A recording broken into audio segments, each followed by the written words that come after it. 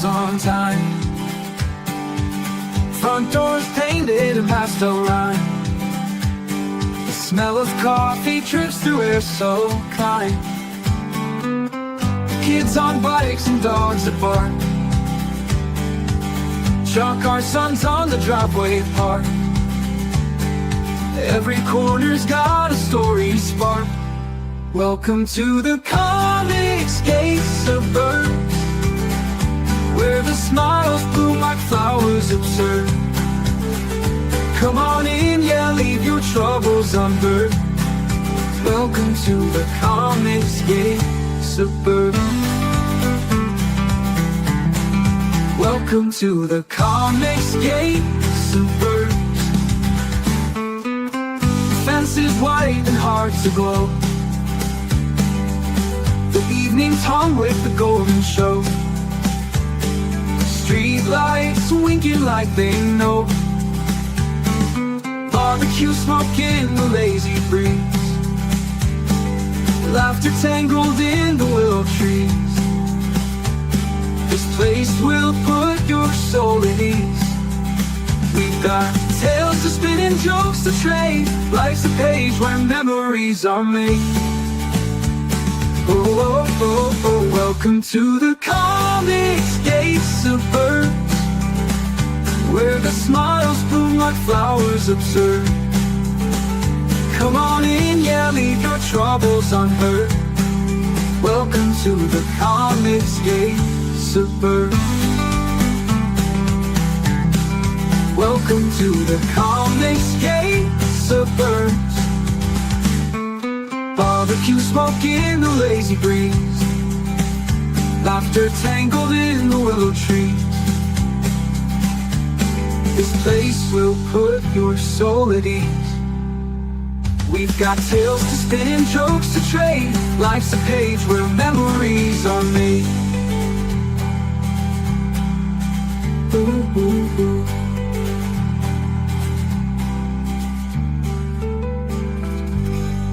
We've got tales to spin and jokes to trade. Life's a page where memories are made.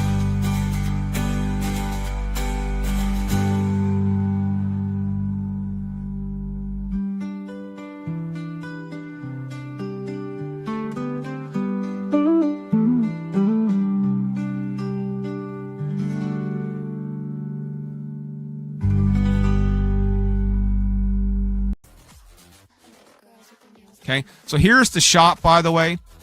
frog-tony-shop.fourthwall.com.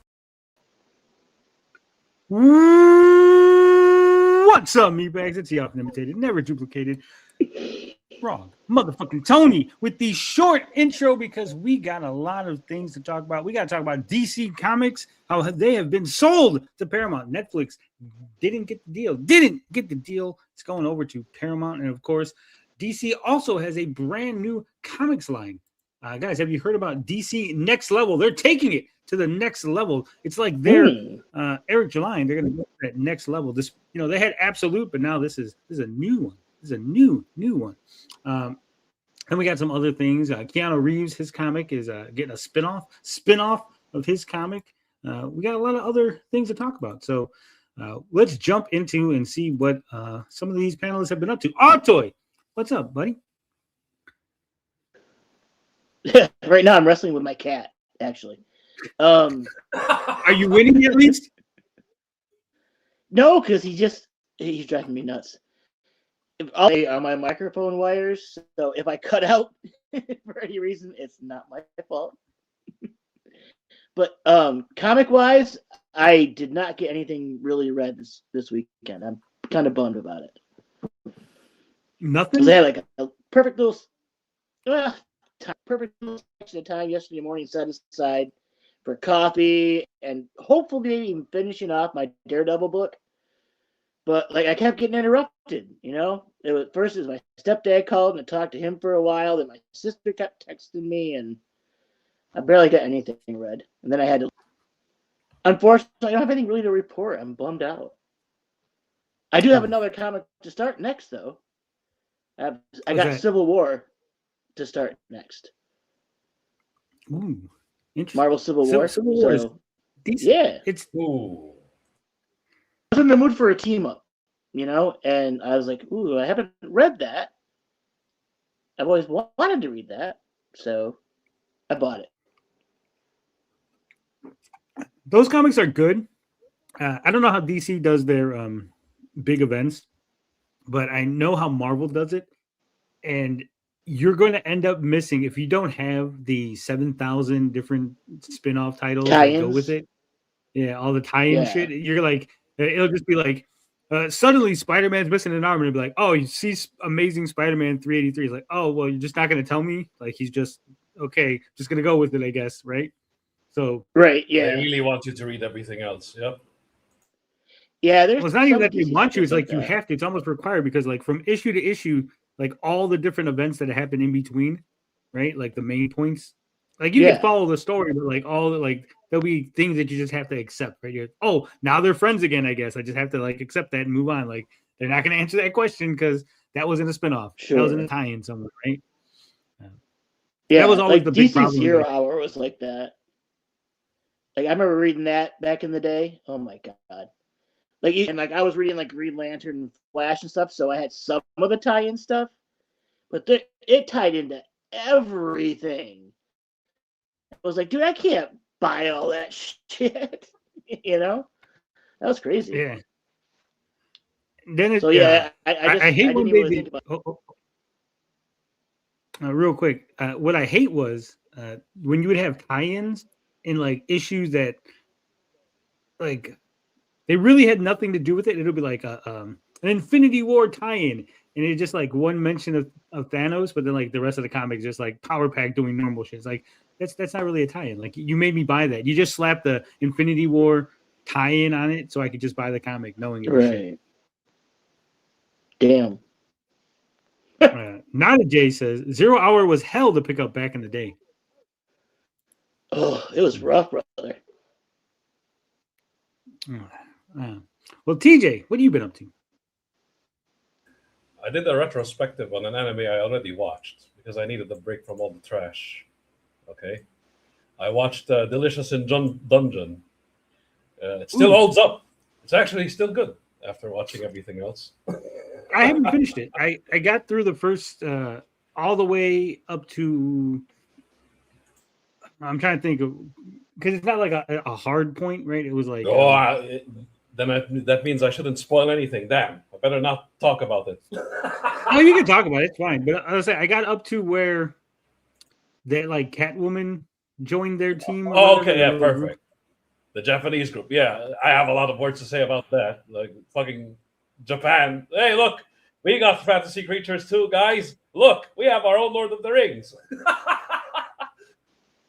at our shit. We got Onis, we got cat girls. Yeah.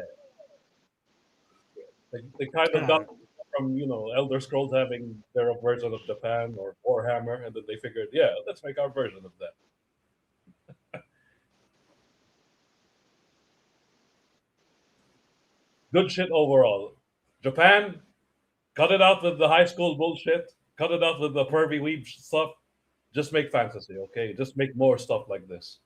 Make more, Record of Lodoss War. Let's see more of that, okay? That's what I want to see. Stray Bean says Cindy Bone Home. I don't know what that means. Stray Beans. I'm not familiar. You know what, Stray Beans? You want to detract us. That's what it is. You want to distract and detract. Somebody time him out. No, somebody time him out. Shut the fuck up. Leave me the fuck alone. I'm glad you like Delicious in Dungeon. It's good. It's kind of got off the rails for me, right? Like the original concept of like, oh, we're in the dungeon and we got to eat monsters and stuff, right? And then it's like that sort of becomes secondary now. Like that was front and center. Now it's like that's actually not even the main focus. The main focus is like finding the chick and like she's in the dragon now, but like there's like a magical curse in the dungeon. God. So that you watched all the way there. Good. Yeah, I was trying not to spoil that shit. That became the main plot. True. Like it's a bit of environmental storytelling. Like they're telling you that the labyrinth or the dungeon is an ecosystem that feeds it's so weird of itself. Yeah. Then it was I like like that flower that like it had like sheep growing off of it or some shit. So Turns weird. out living armors have like mollusks living inside it. That was It's not cool. really ghosts. I thought that was pretty interesting. Like it was like, oh, they're actually shells, and like there's like mollusk in there.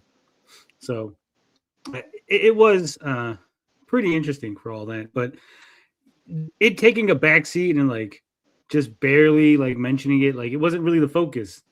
Like because they got to the like, oh, we found our stuff. That was like the whole point. Then like, oh, now we have to like have a new excuse for why they're in the dungeon, right? It's so weird. But overall, I think it's pretty decent. Not great. Just I'm worried that if there's a second season, it will be trash, and I'll just be happy with the first season. That's what usually happens with all these series. I hope not. I was so I started watching. I don't know if you know, TJ, but the new season of Baki dropped on Netflix. Ooh.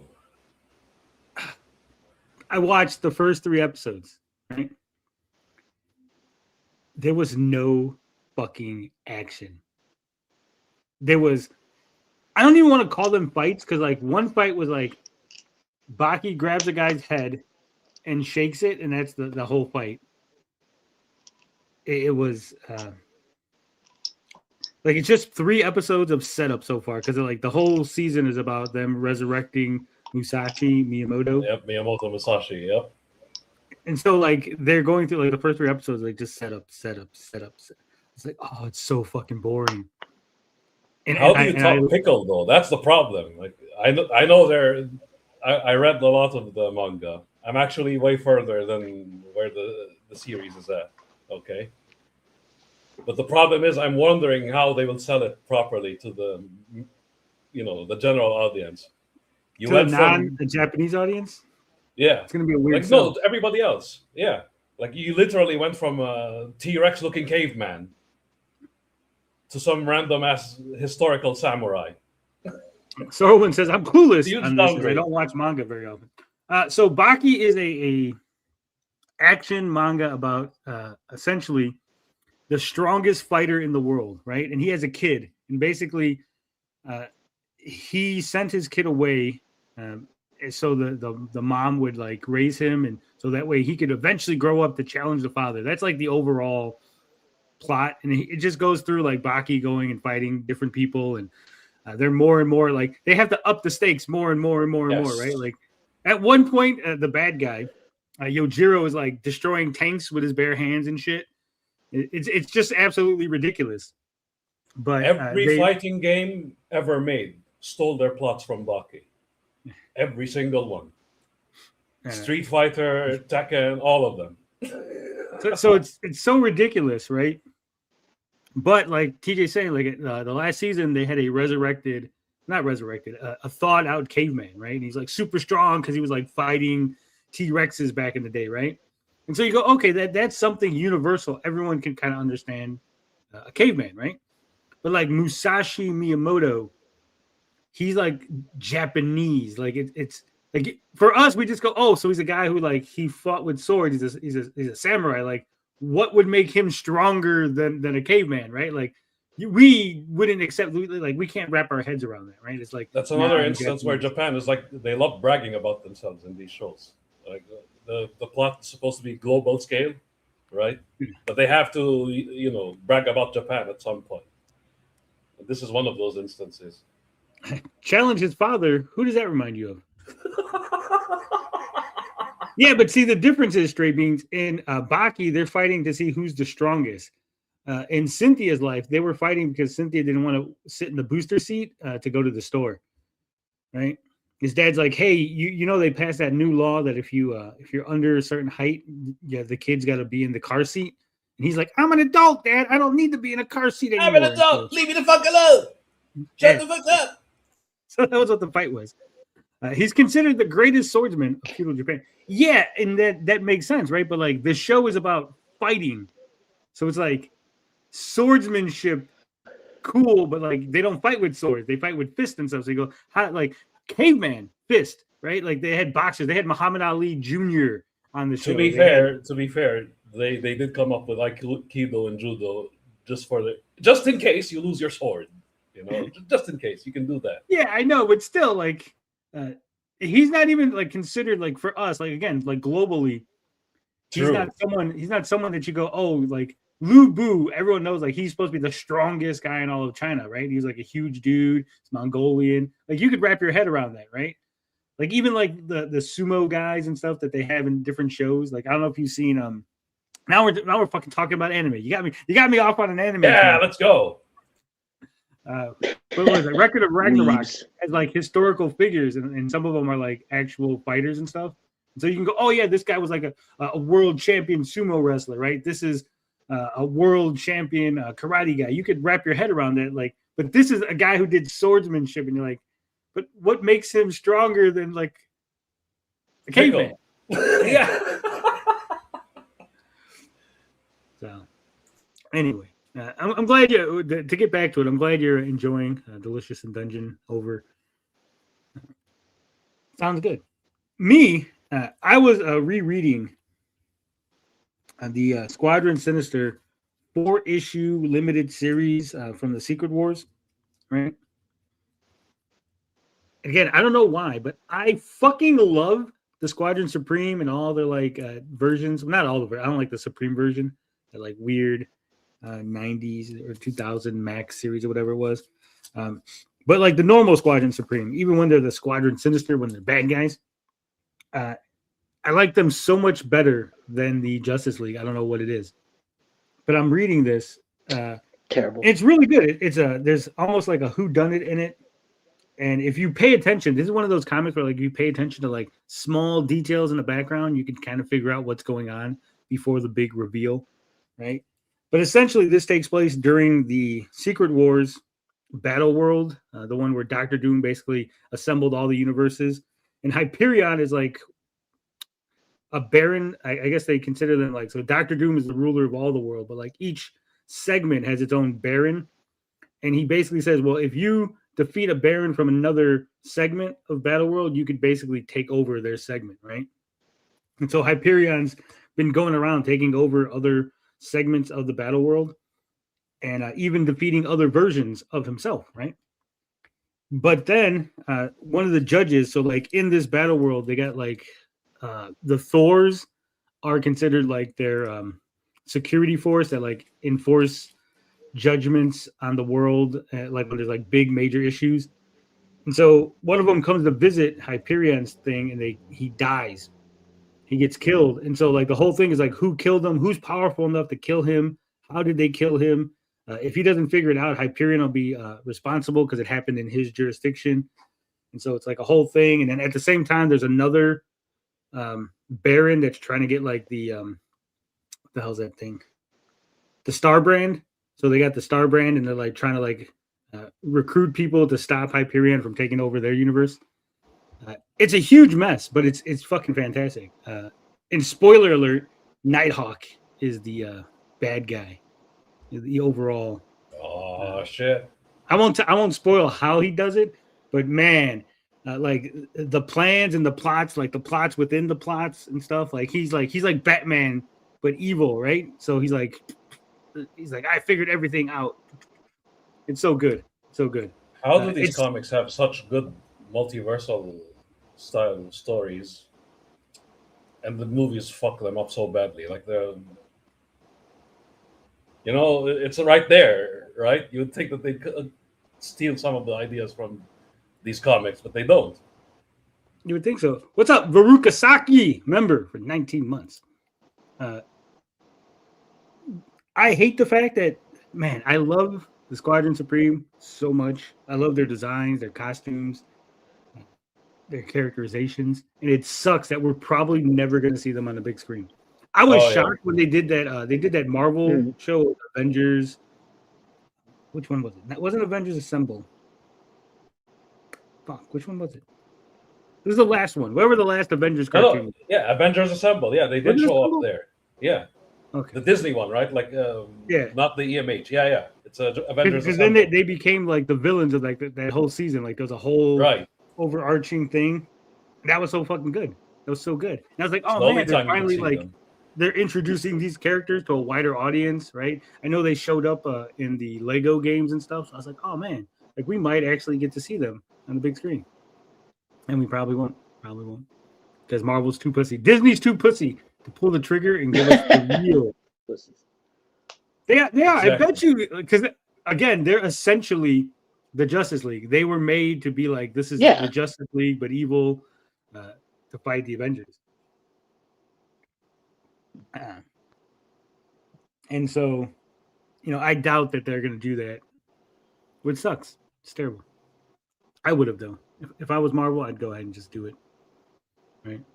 But speaking of DC and doing things, were you shocked to hear that Paramount, they're the ones who bought?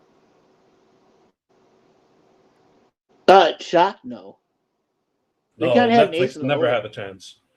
I was shocked because first off, Netflix was like in there, right? Like everyone was like, Netflix got it. They made the fucking bid. Oh yeah. Paramount came out at like the 11th hour and was like, "Hey, we got more money." But then everyone was going, "Well, Paramount's like in debt. Like, how are they even going to raise the money to buy Warner Brothers?" Because of Skydance. Have the money, right? Yeah, but it's because of Skydance. I mean, that guy's got the money. Well, technically his debt. Yeah, Sorwin says, I thought Netflix had it. I thought so too. I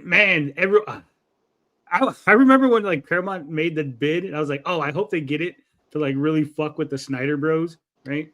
Ooh. Because remember, the Snyder Bros were like, that's it. WB is going to get bought out by Netflix, and then that means Zack Snyder can bring back the Snyderverse. Like they were big on that. They're running in the streets like, yeah, we told you, that's it. So I really don't care one way or the other, but just because like the Snyder Bros in the YouTube space really like pissed me off, like I was like, oh man, Paramount get it, right? But I really didn't think they would, but they did. They came in there and they got it. So now Paramount's revealed they played their trump card. There you go. They actually did. Paramount reveals James Gunn's DCU future following WBD acquisition. So obviously this was the big question. It looked like when Netflix was going to be in control that there was going to be some Netflix shows on the table and that they really were going to sort of de-emphasize the DC catalog. Like DC didn't seem to be a priority for Netflix. Like it seemed they were more interested in like Harry Potter and the other stuff that DC owns, right? That Warner Brothers owns, rather. But let's see. It says Paramount has revealed its plans for the future of DC Studios following its planned acquisition of parent company Warner Brothers Discovery. The Warner Brothers Discovery bids have been the talk of Hollywood over the past few months as both Netflix and Paramount vie for control of the legacy studio. The most recent bid saw Netflix retreat and Paramount emerge as the winner, meaning Warner Brothers Discovery and its subsidiaries, including James Gunn and Peter Safran's DC Studios, are set to be acquired. I would laugh if that Paramount turned around and was like, hey, we don't care about DC comics. We'll just sell them to you, Disney. Do you want them? That would be crazy. Psych.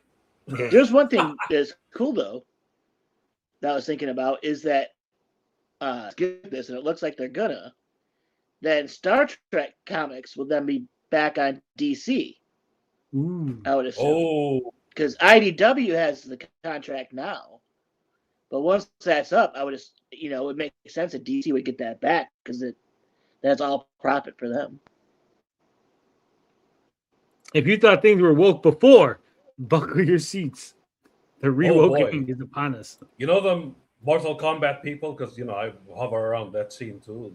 They were sweating when Netflix was about to buy WB. Now they're happy because Netflix would fuck that IP up badly. They would. Mm. I wonder, though, realistically, would Disney, do you think the government would allow Disney to buy DC? Like with all the monopoly laws and everything, would they consider that a monopoly? Nah, I think they will try to impede it, but Disney will find a way. No, I'm saying because like I remember people had argued the same thing when it came to wrestling, right? When Vince McMahon had bought WCW, a lot of people were like, well, how could he? Because like he pretty much now owns wrestling in the US. Like, wouldn't that be a monopoly? Right? Right. but he was still able to buy it, which was weird. I thought too, like for sure they would be like, no, you can't like control all the wrestling. So I wonder if the same thing would apply with like, well, there's still independence, so technically it's not a monopoly, right? Like get away with it that way. Yeah, I don't know. Yeah, you're right though. It is a monopoly. I mean, it would end up like the network on the Running Man, where it's just one conglomerate controls it all. You can't let that happen. There's still monopoly laws. Yes. I mean, they seem to be being bent really, really far these days, right? So who knows? Maybe they'll throw them out. It says, with any talk of a merger like this one, the question inevitably is what will change when the new buyers get their hands on the goods. When Disney acquired 20th Century Fox, it came with layoffs, restructures, and the cancellation of many projects in development, including a few from Marvel. I mean, they weren't from Marvel. I'm sure they were like Fantastic Four, X-Men related shit. They weren't from Marvel. Concerns are rife that the same could happen with Paramount and WBD, but that doesn't seem to be the case. Bloomberg reported that last October that Paramount reportedly plans to keep as much of Warner Bros. Discovery intact as possible when the merger takes place. The outlet's sources said that Paramount CEO David Ellison wants to keep the creative teams as they are at both studios, but will look to consolidate some of the marketing and distribution teams. That's good, right? I mean, because keep the creatives because obviously they're individuals, they're different. They have different ideas and thoughts for the IPs. But like the marketing, you really don't need like two guys doing marketing. He can do double duty. He can market both companies.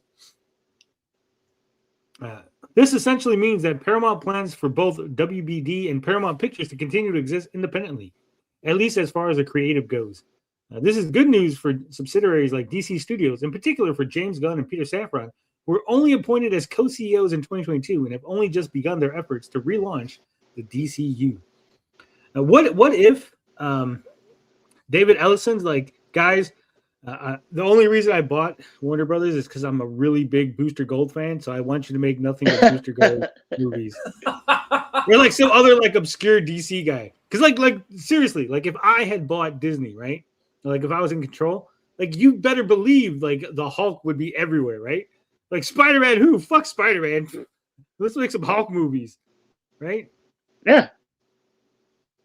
That makes sense. Can bring back Real Sex on HBO. Paramount do it. Dude. Oh. I remember Real Sex. That was crazy. Paramount being the winner was not on my bingo card. There will be books written about this crazy merger. Yeah.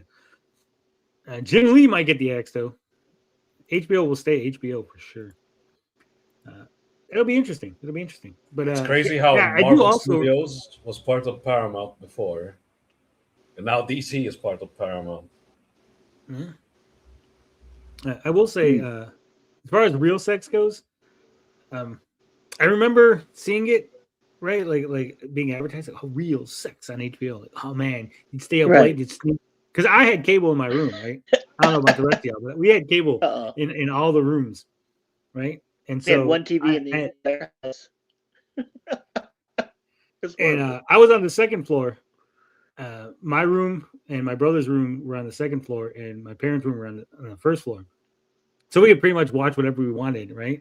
Especially in the night when like everyone's sleeping. So, I remember like late at night, even though I'm on the second floor, you kind of like have the volume a little low. And like, all right, I'm gonna watch Real Sex, and then just like going, this is ridiculous. Like this is stupid. Like what am I watching? Like there was one titty in like the last 45 minutes. Like why am I watching this? Yeah. Advertising for that show. Yeah. There's always old ladies like playing with themselves. It was horrible. Nobody wants to see that. Yeah, or like really fat lady. Camp Confessions was better. Yeah. Well, yeah, or that. Yeah. I remember sex Camp Confessions on was TV. No, I said Real Sex. But like, yeah, like it'd be like, oh, so we're gonna go to like a naked yoga studio. I'm like, yeah. It's like, here's 75-year-old Annie Smith. I'm like, no. It's like the scene in It's Zootopia. so true, man. Yeah, they're like, they should be like, oh, well, we're gonna introduce you to our class of younger people. Like, yes, It's like, here's 350-pound Jenny. I'm like, no, like I don't want to see the like they were either old or young and fat. It's like, no. That show was so boring. I know exactly. That's what I'm saying. Like, it was just bad. Anyway, Paramount's winning offer comes after competitive bidding with Netflix, which initially saw WBD accept Netflix's proposal, which could have put the likes of Superman, Harry Potter, and HBO under its roof. However, one concern about the future of the studio and its franchise under Netflix was streamers' opposition at theatrical release windows. This will be alleviated with Paramount's winning bid, as the studio already adheres to the traditional theatrical model. Yeah, that was the big question mark about Netflix. And I really do think that Netflix was going to take DC out of the theater, right? I would think that maybe it would still keep like if a new Harry Potter or something came out, right? Like the really, really big things, but like DC hasn't blown up in that Marvel way where it would be like, oh yeah, let's fucking theatrical run this shit, right? It says, still, it raises new concerns, particularly as Paramount is already a functioning studio with its own teams and mandates. There was speculation that a merger of this scale would conflate the staff of Paramount and Warner Bros. To cut costs and conserve resources, potentially resulting in major restructuring. Paramount only recently went through it when it merged with Ellison's Skydance Media. However, more of this, at least on the creative side, does not appear to be part of Ellison's plan, meaning much of WBD and DC Studios seem safe as is, assuming the merger is even approved. I don't know. I've always said this before, right? Like things that are said before the merger might not be things that happen after the merger. Like when they really start looking at the books and getting in there and going, wait, we do not need to slash some of this, right? This DC stuff really isn't making us that much money. What do you think it's going to happen on the comic book end? Probably not a lot. Because I mean, what's Paramount really doesn't have a presence there, do they? No, but I mean, if they own it now, so it's going to be like, are they going to look at the DC comics and go, we really don't need to be making all these books. Like they're not making us money. Like we could cut back on. Okay. No, they're actually selling. That's the thing, though. No, but like Absolute stuff is selling, but like there's so much more of the stuff that isn't selling. That's what I'm saying. Like, are they just going to keep the stuff that's like the most popular shit and cut everything else? Probably. Maybe streamline a little, Because I'm saying, like, we don't know. Is Ellison like a comic book fan? Is he someone that cares about comics? Like for us, like if I bought DC, I would still be like, you know what? Let the comics go. It's about creativity. It's about storytelling. It's not everything has to be profit driven. But I'm not the CEO for a reason, right? So these guys might be like, yeah, bottom line. What's the bottom line and everything? Still, these comments came to light months ago, so it's unclear whether Ellison's tune may have changed on this since, particularly after Paramount Skydance had to increase its offer significantly to beat out Netflix. Yeah, see, that's the other thing. They had to increase their offer, so this was said before the new deal was even set up. While keeping the creative heads in place at WBD during this merger is promising news for DC Studios and other assets, there will almost certainly still be changes. One shift flagged by Bloomberg's report is the consolidation of marketing and distribution teams at Paramount and WBD, which will no doubt result in significant layoffs across both studios. Who knows? Maybe Little Movie Perp will be able to get a deal again, and he'll be out there making. Shit! There you go. Batgirl, Paramount. Let's go. Yeah. So that would be interesting too. Do you think they would get Batgirl, right? And would they, if Paramount buys and it goes through and they buy Warner Bros. Discovery, would they still be holding to the fact that they wrote off Batgirl as a loss on the tag? Because it wasn't them, right? Like it was the people before them, right? Like, would they be able to release Batgirl because now Paramount owns it? It's a different company. Like, we didn't write it off on our taxes. This company that we bought did. Like, and they're now owned by us, right? Damn. Maybe. I think they probably could. I don't know if they could. I honestly don't know what the legality of that would be. Wow. It'd be cool to finally see it. You know what I mean? It would. See what all the- I think that what would have all been the another picture was like thing that if Netflix bought it and they could do that, I could see Netflix just releasing it on their streaming service, right? So maybe Paramount could. Maybe we will get to see Batgirl finally. I almost, man, if Batgirl is bad though, because like right now it's in that limbo state of like maybe it's good, maybe it's bad, right? Schrodinger's Schrodinger's Batgirl. Batgirl. Yeah, it really is.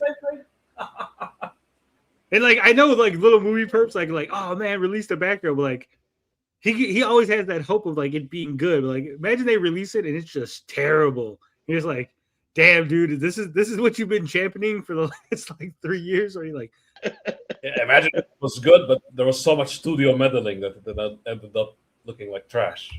You know. We will never have another bullshit self-insert Starfire's daughter book written by an angry lesbian. That's for sure. Nice True. hand. Zaslav referred to the Batgirl as the last Jedi for the Batman brand. That's That's what I'm saying. good. So like it could be really fucking Right. bad. That could go either way. It's so Schrodinger, man. I can just imagine like they give little movie perp a private screening and just comes out like blank look on his face, like no reaction. Right. Complete poker face. Cthulian descent into madness after watching the movie. To Yeah, quote it says, Cosmic Maven. trimming down marketing and distribution teams could also signal a lower output in film and TV productions in general. Bloomberg reported that Ellison will still aim to release 30 films a year combined from both studios, which would not be a reduction. However, with fewer staff to market and distribute these projects, it's not clear how this would be sustainable. Well, I would imagine, I'm not in there. I don't know what the fuck is going on, right? But there's surely they're going to space out the films, right? Like before, obviously Paramount and Warner Brothers wouldn't be working together, so they'd just be releasing shit at the same time. But I would imagine now they would be like, hey, Paramount's coming out with a movie, so we're going to have Paramount come out this week with their movie, and then in 2 weeks you could release the DC movie, right? Because you got 52 weeks a year, 30 films, you're talking almost one every other month, right? Or one every other week, rather. Yeah. Right. So I could see how there'd Yeah, be I more mean- coordination. Where like, so you really don't need because you're not distributing and marketing 2 movies at the same time. So that by the time you're done with that, like, all right, now do the next one, right? I think Right. it'd be more of a constant like no downtime for these people. They'd be like working more. But I don't think they Right. should You're rolling really out be- one movie after another.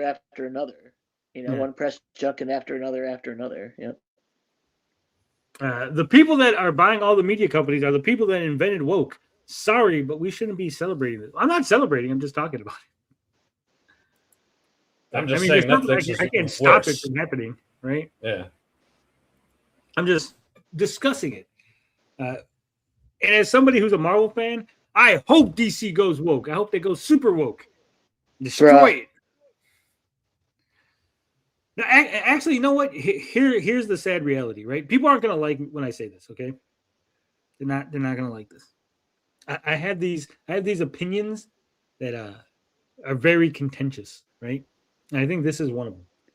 And I believe I said it before, so this shouldn't be a surprise to you guys.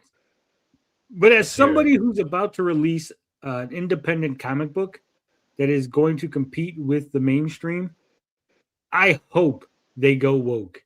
I hope Paramount makes DC super fucking woke, right?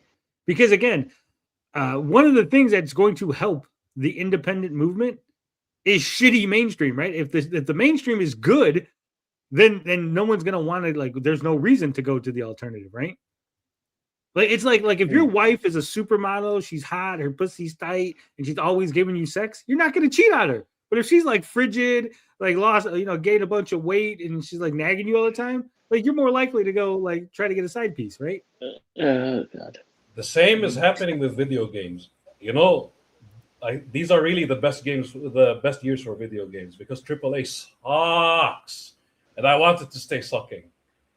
You know what I mean? Like all the indie games are fire. You know, And indie games are cheaper. that too. That's what I'm saying. Like, again, like if Marvel and DC go woke, yeah, it sucks for people that like those things, and it sucks what they're doing to the characters and the legacy. But as someone who's trying to compete in the comic book space, that's only going to be an opportunity for me to sell comic books. Go, look, guys, we're not woke. We're not like those guys. We have actually good stories that you could read and enjoy and share with your family and stuff, right? But if they get good, if they get better, if they solve their issues, then they don't need me anymore, right? My selling point is gone.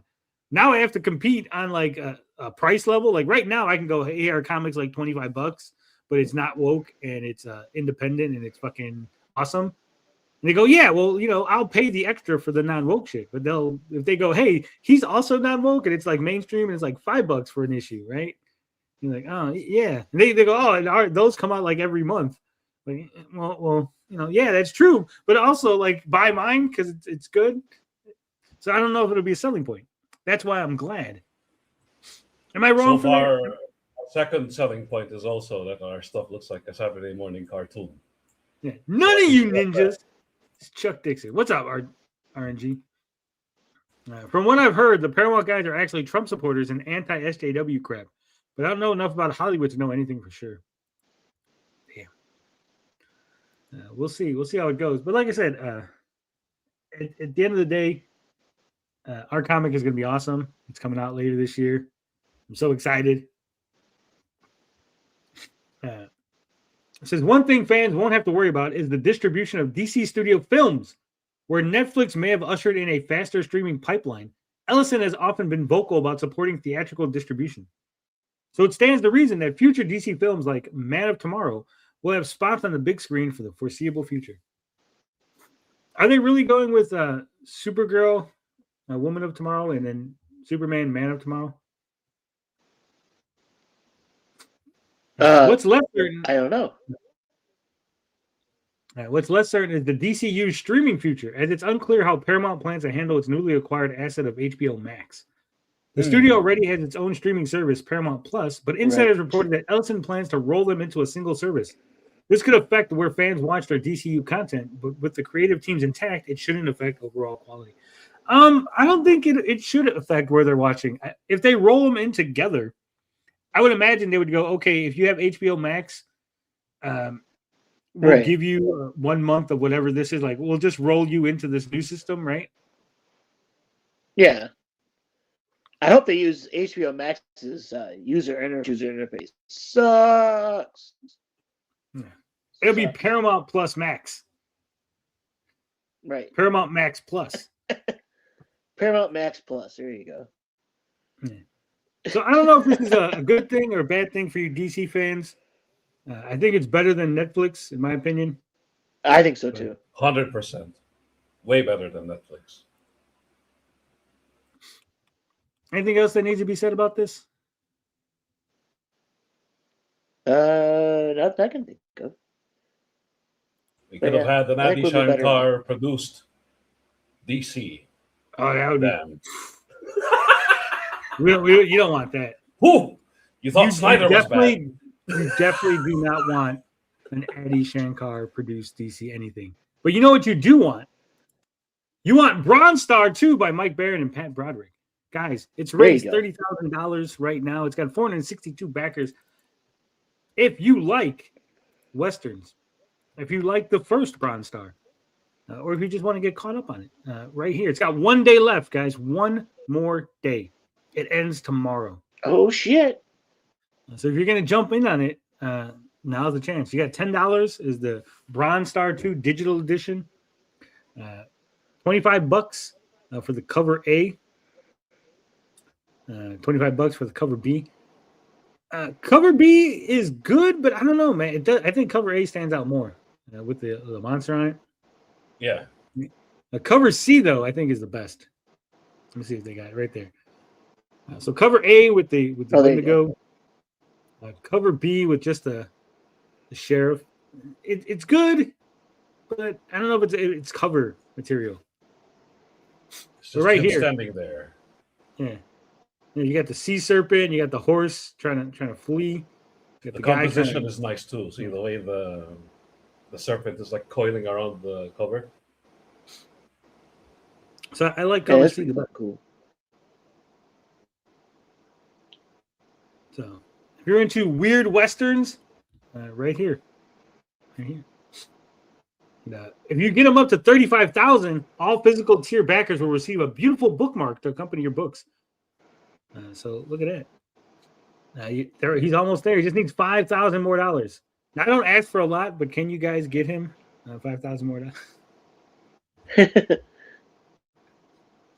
It'd be really exciting if we could do that before tomorrow, guys. Can we pitch in and do that? I mean, I know you guys came through for me when I said to go ahead and get retailed at $35.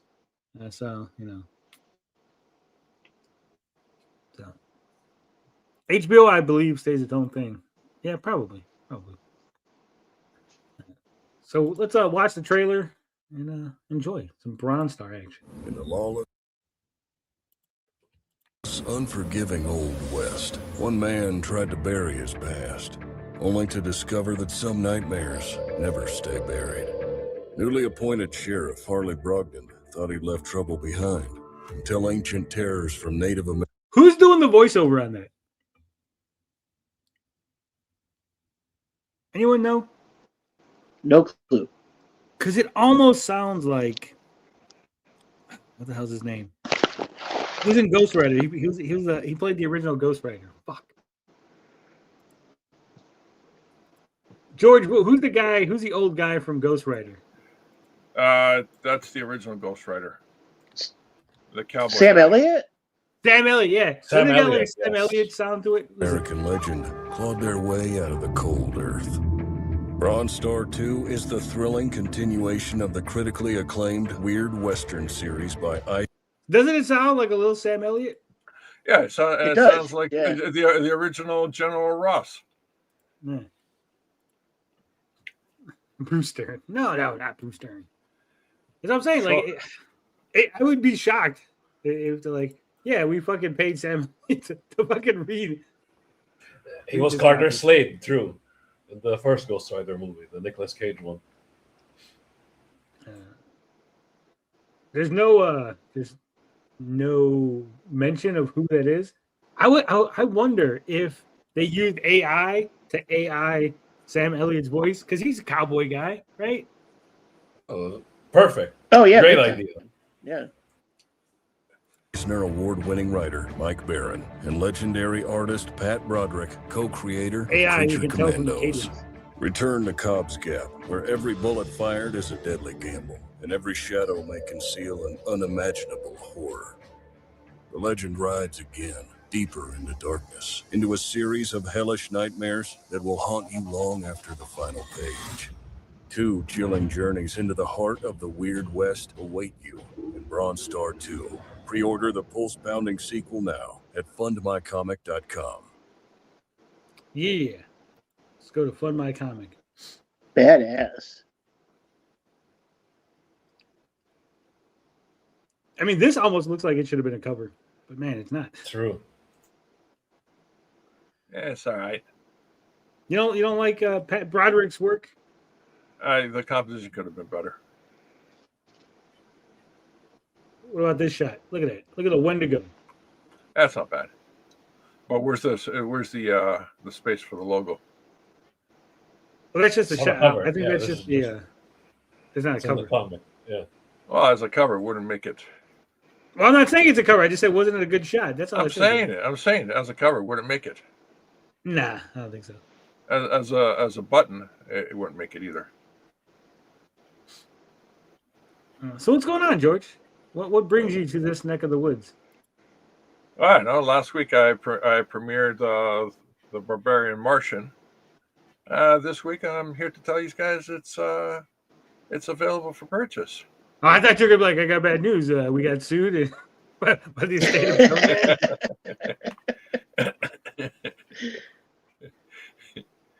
Yeah. That's not bad. could have ran with that. Damn it! Was the way you Type on sounded, pulled up on us, you you had know? like almost a sad sound to your voice. Like, last week we premiered the Barbarian Martian. No, my wife really, my wife really pissed me off. She drank the last of the coconut water. What? Yeah, I know. Jeez, I was saving that 1 liter for the longest time, just leaving it in the back of the fridge. It's the most chilled area, so when you drink it, it's nice, cool, refreshing. Coconut water is great. Jeez, can't tell you. I was looking forward to that sweet, refreshing drink. George, why Now is you're it that making every me time want you to buy speak, coconut water.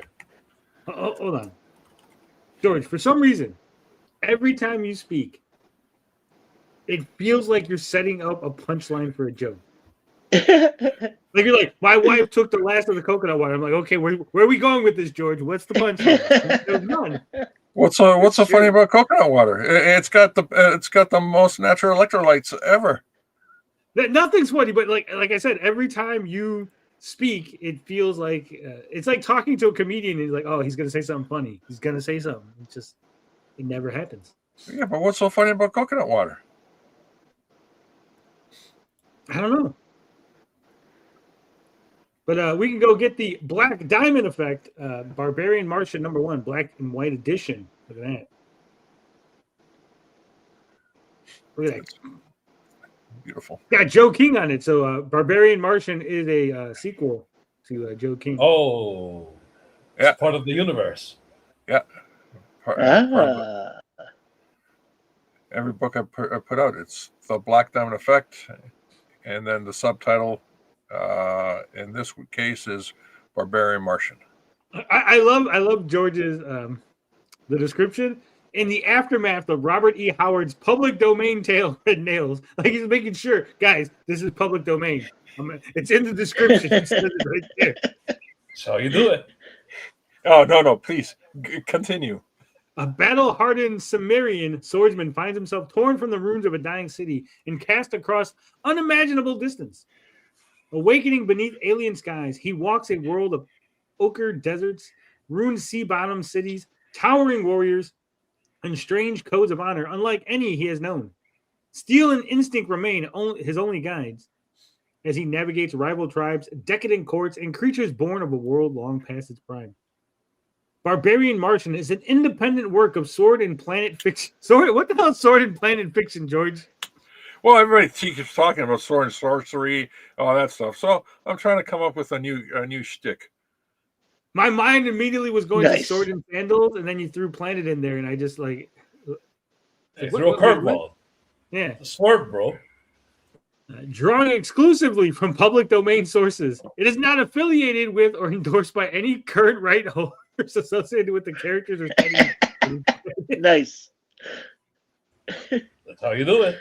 Love it. You should have included "Don't sue me, bro." No, I was gonna. No, the last line. RJ deleted the last line. Come at me, bitches. Pull up. I begged him to keep it in there. He goes, I can't. Okay. None of you ninjas is good. George gets us. We got no reviews yet. Man. I don't know if this is appropriate to ask George, but how's it doing? I don't know. It just got onto the system finally. Where's the link? There's been sales on Critical Blast. That's for sure. I know. But Amazon, I have no idea. Our reporting from Amazon is delayed by 3 months. Man, hold on. Did you see how big that fucking link is? The link was so big it became 2 fucking comments. Whoa! Why is that link so fucking big? Hold on. Son of a gun. It's like a whole paragraph. Yeah, I'm trying to figure out what's going on here. Hold on. I know all this shit after like a certain point is just like bullshit. So I gotta like erase a whole bunch of like bullshit. Hold on. Where is the cutoff? Man, there is so like that's just. Why don't you just go to Critical Blast? It's it's a short list. It's a short link. Well, because I went to the link that you provided on fucking Twitter. Amazon. Yeah, but that's Twitter, man. It's not limited to X number of characters. I think. Let me see. Is that link? Nope. It's still double. Okay, Yeah, let me so go to if I Critical click on Blast. the Amazon thing. Okay, does listen. lead me Let's just give this a chance for the chat. Okay, chat. Just click on the first link. It'll take you nowhere, and then just start clicking on the internet randomly. You'll probably end up. No. Here's what you do: you click that first link, and then you copy paste the second part of the link into the first link. Beefy just threw a link up there. Thank you, Beefy. I don't know how Beefy got a link that works. I'm bad at this, apparently. Let's go to the Critical Blast bookstore. That's got to have it. You know what's? Let me share it while I'm looking for the link to that particular book. Might as well shill all your stuff here at Critical Blast. And we got Reimagined Adventures of Windsor McKay's Nemo Christmas. Oh yeah, that's a good one. A Night Before Christmas. I heard that's really Tony's good favorite. Yeah, RJ reimagined the authors, or not authors, King Arthur's tale into a children's book from a perspective of a child knight. I heard a little birdie told me that our favorite promoter has a copy of this book, and so since she didn't get to it last Christmas, maybe she'll get to it this Christmas. Yeah, and maybe I hope she doesn't burn it. Damn. Yeah, maybe she won't have a wardrobe malfunction either. Gods and Services. I do love the song that RJ made for that. Yeah. Where is the Martian? There you go. Buy now. It'll pop up into a new window, which you would have to see it in a new window. Yeah, I am. I'm seeing it. There you go. You can go get yourself a copy. So you obviously make more money on the direct link, right? Wait a minute. Why is the color edition $15.99? 15. It says $19.99. Oh, okay. Sorry, my screen is so small. It's just ridiculous. George was so mad. Like, wait a minute. Why is RJ not charging us? Yeah, son of a bitch is shortchanging me. Son of a bitch. He even cut the last line out from the description here too. Yeah. Damn it. I should have the description in the back of the book. You have the author's synopsis in the back of a book. Hey, buy this book because all these other people like it, and here's the quotes from all the other people, and that way RJ can't delete it. You should. Yeah. I mean, I have on the back of my book. It says that I'm like one of the best Intellivision Amico fans ever. So, That's true. I really big myself up with that. I could say this is the bestest Barbarian Martian comic book ever created. You should. Yeah. Damn it! Why? On the list of to-dos now.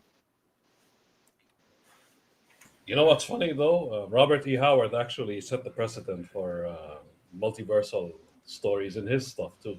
See, right there. Literally a story where Call the Conqueror passes out and meets some multiversal being that tells him all about the multiverse. Crazy shit. Yeah. So, it says right there, it says Tony TGG is the #1 Intellivision Amico YouTube content creator. He has purchased over $2,000 in Amico-related items and is still waiting for his pre-order. See, they can never take that away from me. It's on the book. That means I am the #1 Amico content creator. Yeah, if it's in some sort of publication, it's got to be true. It's got to be true. They don't just print lies, right? No, absolutely not. Especially autobiographies. Yeah, especially. Yeah, especially like Hillary Clinton says, I don't know anything about this Jeffrey Epstein guy. Who is this Epstein guy you speak of? He's the Amico ambassador, yeah. So there's another comic she's late from reading for over a year? Yes. Oh yeah. Oh yeah. Yeah, absolutely. That book is if it's 2 years on Immortal Mask, it's a year and a half on A Night Before Christmas. Minty says she doesn't do tribalism, but also she does stuff for the community. Isn't that the definition of tribalism?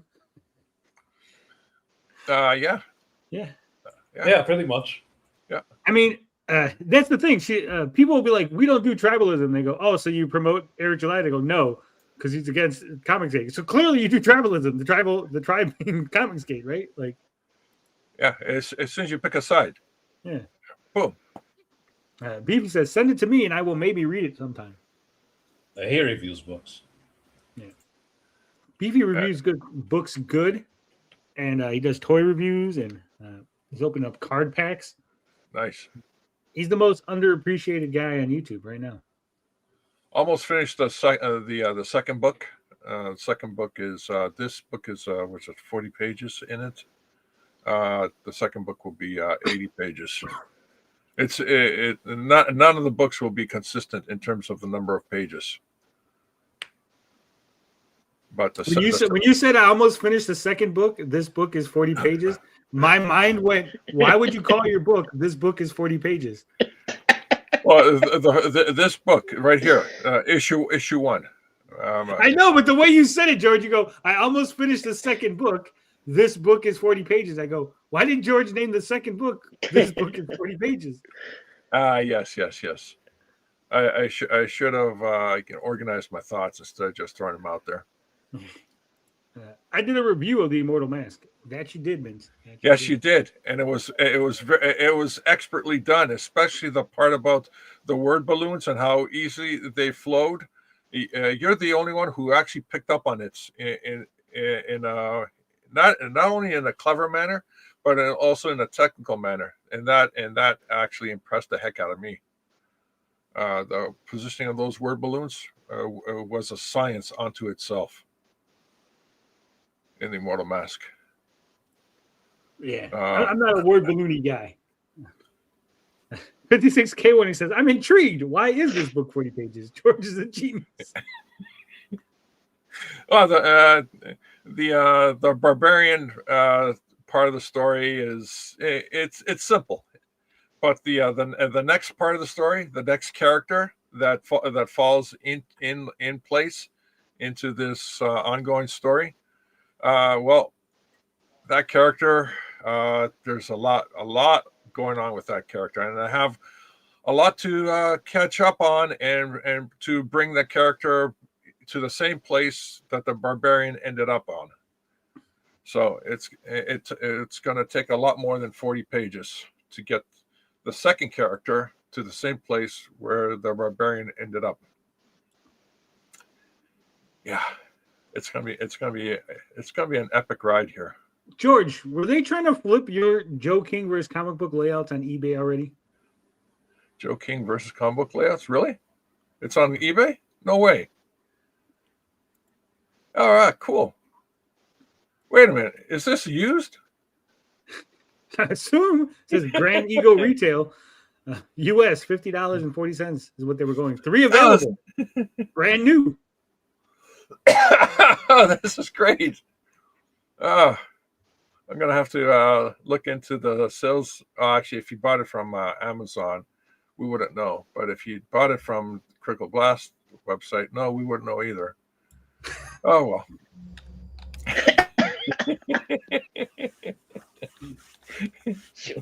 we just love creating books and setting them all up for automatic purchase.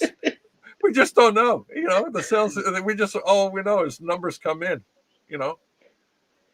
I mean, it's $49.99 for the buy it from you. So how is this guy making money off of your book? He probably bought it at a discount. So this guy here probably has the wholesale account through Amazon or through the printing system that we use, and he saw the book appear internally, and he bought it at the 40% discount, and he's selling it at retail price. And that's what he probably is. He's probably a reseller, a bookstore. He purchased it, and that's how he's able to put it up at the same price, at same retail price. Now, this is a good book, but I prefer this version of the book. Yep. You're not advertising this a lot, you know. I do. I advertise it all the time. I have a whole thing set up for it. There's a whole what's that called? Video for it. George? It does it play every time you start your shows? Not every time. Yeah, there you go. We need to advertise it more. Yeah. Beefy wants to know, is it going to be available on Amazon? No. That book is unique. The Frogman Joe King crossover book is unique to Frog Tony. Any and all monies that come out of that book that comes through Frog Tony. So Frog Tony promotes it. Frog Tony reaps profits from it. All the profits. All the monies is mine. Not necessarily, but you get money. Tony is slacking. Niobe's the marketing guy. Yeah, we need Niobe to market. That's right. I was thinking of doing a Frog Tony Barbarian crossover. Ooh, that would be just that would be stick Frogman in there and pull out one of the druids and stick Frogman in there. He'd fit right in. Absolutely. What do you want to know, Miss Taylor? Our viewers want to know, this holiday season, where can they find you? Glad you asked. You can catch me going up against Joe King this holiday season as I guest star in his Versus comic book layout sketchbook. Who's Joe King? You don't know who Joe King is? Are you kidding me? No, I guess you could say I'm not Joe King with you. I don't have any idea who he is. You know, Joe King, the little blue furry guy created by the legendary George Peter Gatsis. Nope, never heard of George Peter Gatsis either. Unbelievable, you're such a tourist, you know that? Listen up, everyone. You can pick up your copy of Joe King vs. Comic Book Layout featuring me, the Fabulous Frogman. Just click on the links in the quote tweet below to secure your copy today, and you can become the next Eric July. Who's Eric July? Tourist. I think you had. I think you had your customers up until you said Eric July. Finbar. I did. Yeah, it's Finbar. All Finbar. I didn't. Yeah, I keep forgetting about that one. That's really good. That made me laugh. Then we. You want to hear something funny? RJ and the missus, they were out of state in Tennessee, and they just happened to. They're touring or something like that, just having fun, right? Husband and wife kind of thing, and they pick a random mall. They're in an area, they see a mall, and they say, okay, let's go into that mall. So they're looking around the mall, having fun, and then they come across a 3D printing store. So let's go in there, and they saw something interesting that his wife liked, so he purchased one of those 3D printed figurines. And he gets talking to the owner of the store. He goes, yeah, a friend of mine, George, likes 3D printing, does 3D printing too. And the store owner goes, George Peter Gatsis? Whoa! I shit you not. Oh, shit. 2 minutes after the encounter, he calls me on Discord and tells me the whole thing. I go, are you kidding? He goes, yeah. Do you know the guy? I go, no, I don't know who the guy is. He goes, well, you did this, you did that. You sent them some files. I go, I helped thousands of people around the world 3D print. I honestly don't remember the guy. He goes, well, he remembered you. I go, son of a bitch. Man, yeah. Damn. Random mall, right into a store. And all of a sudden, two people happen to know me. RJ and the 3D printing guy there.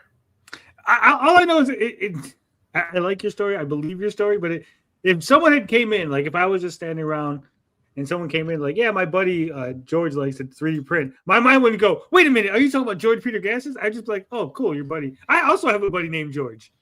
That would be the end of the conversation. If it even got okay, I didn't give you the whole words to it, but I just gave you the abbreviation to the whole conversation, which is basically what I just said. George, do you know who I am? Gatsis. Famous gone to his head. No, I really did feel bad. I go, no, I don't remember. This was like years ago. And he goes, well, he remembered you. It's like, wow. I was totally floored. He's doing well. He's got his own store and a shopping mall, 3D printing, custom figurines and stuff like that. It was amazing. All right, just so you guys know, I know what George's face looks like, and it was blue and hairy. It was crazy. It's true. But you know who's not blue and hairy? Who has a sexy face, or so I'm told. Me, but also Keanu Reeves. Who's that?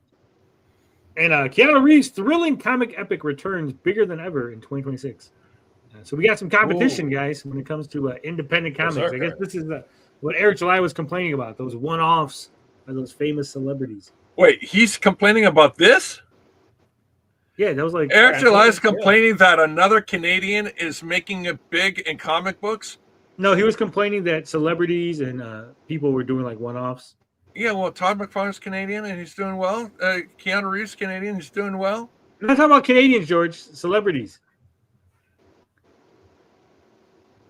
George Peter Gatsis does comics and he's doing well. Thanks, TJ. BRZRKR, the comic book series created by Keanu Reeves about an immortal half-human, half-god warrior, is set to make its triumphant return later this year. A new spin-off comic has officially been announced.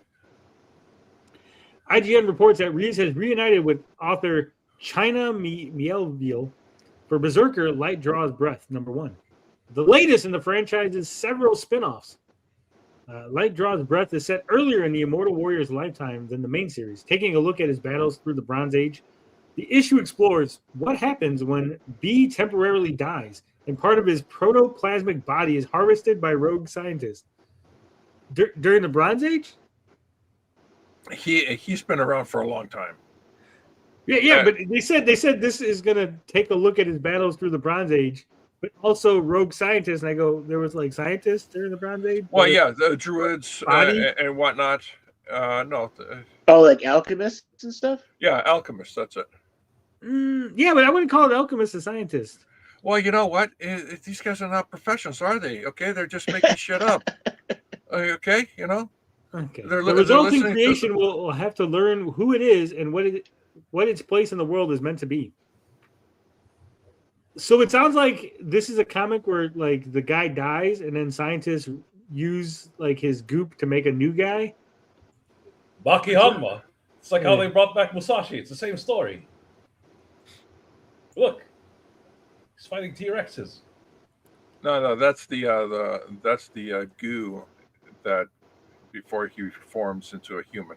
Oh shit! Look, it's Cynic. Oh.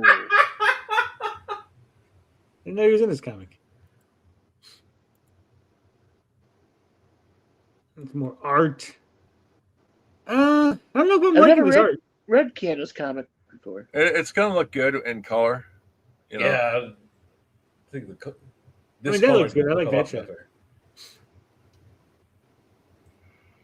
It's a bit Frank Miller-ish, I suppose.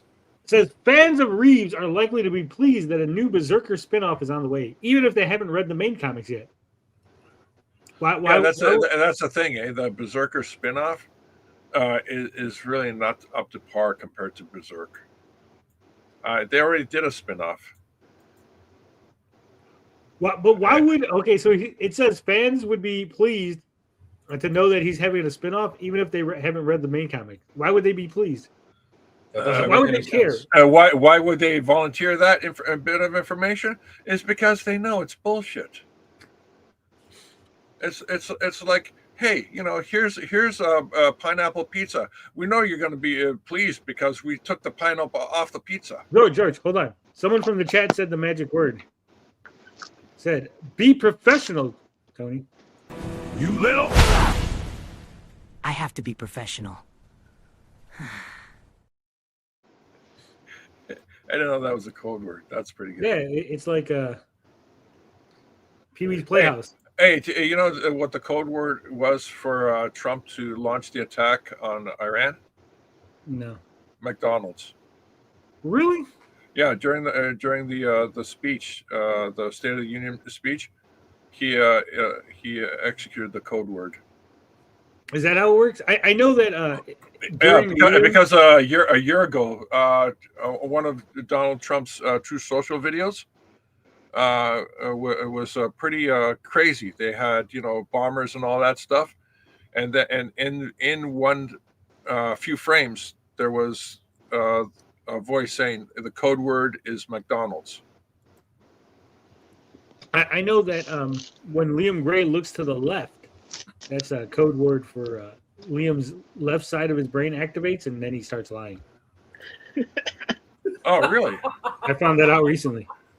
Hey, did you know Liam was into boxing? No. Australian boxing? Okay. Yeah, you know what I they feel call like George is trolling Tony. I do too. You know what they call Australian boxing? What? No, I'm asking. No, I don't know. Liam looking left is what started World War III. Wallaby Wallop? All right. Anyway, the franchise has been a hit since its inception, praised for its stunning artwork and high-stakes violence. Similar to Reeves' on-screen roles like John Wick, the franchise's protagonist, B, also bears a striking similarity to Reeves himself. A preview of Light Draws Breath #1 reveals just how dangerous B's Bronze Age exploits will be when the issue arrives in May. Cover art shows the warrior battling dangerous monsters, while concept art by Alessio Avallone reveals a shocking transformation might be on the way. Lastly, uncolored interior pages hint at a darkness waiting in the issue's ancient civilization. Light Draws Breath sees the return of Mielve, who previously co-wrote the 2024 spin-off novel The Story of Elsewhere. For the comic, Mielve co-writes with Reeves once more, with Avallone on art and main cover by Asad Ribic. Ronald Wimbley, David LaFuente, Dylan Snook, and Sweeney. Why does everybody have to have complicated names? What happened to names like John Smith and Bill Franks? Just normal people names. And we'll provide variant covers, which are expected to be unveiled at a later date. Wow, that's like the Dracula armor, no? Yes. It's exactly like the fun fact, though. Nightmare also has the Dracula armor. Why are you giving me fun facts for my own comic book, TJ? I'm telling you the audience, not you. Fun fact, Tony. Your comic is going to look like, oh, wow. Yeah, put out. Yeah. Yeah, surprise. BRZRKR's supernatural action-packed story debuted with Boom Studios in 2021, with the mainline series running for 12 issues. Before it even hit comic book shops, the series was already off to a great start, where it had raised more than $1.4 million in funding through Kickstarter. With its first issue, BRZRKR quickly proved that Reeves fans were excited about his comic creation, and BRZRKR #1 sold 615,000 copies. God damn. Wow.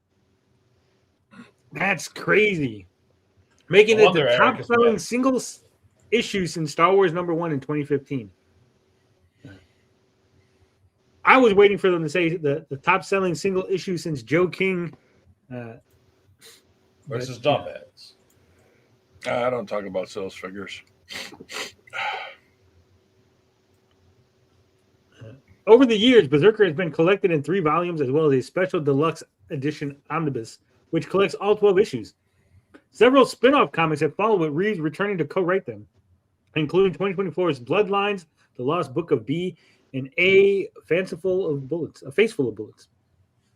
The continued success of BRZRKR has seen Hollywood eager to explore Reeves' creation beyond the pages of the comic books. In 2021, Netflix announced a planned live-action film adaptation and an anime series, with Reeves reportedly cast as the lead. I mean, I think right there, that in and of itself should tell you how hard it is for a independent comic to get anything. It sold 600,000 issues, and barely Netflix was like, maybe we'll do something. Maybe we'll think about it. Yeah, that's the ticket. How many years has it taken for Mark Miller's that adaptation? Let's think about that. Well, I mean, Mark Miller stuff, they basically own it as soon as he writes it. It's theirs. So true. All right. You know what we should talk about though?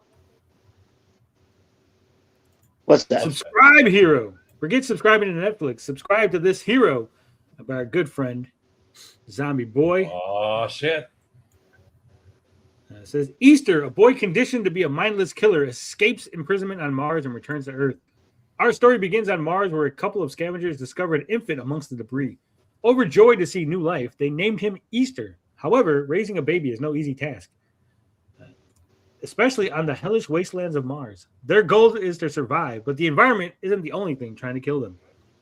And don't forget, you got the big titty snake lady on Subscribe Hero #1, the Sedusa variant for $25. Pre-orders open. Shipping starts in Q2. I believe we're just about there, right?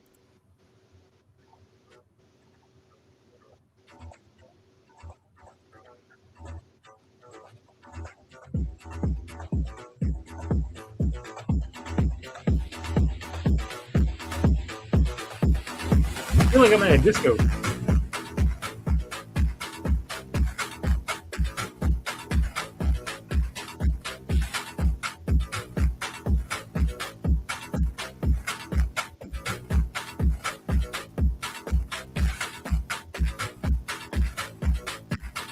No thoughts on this, George?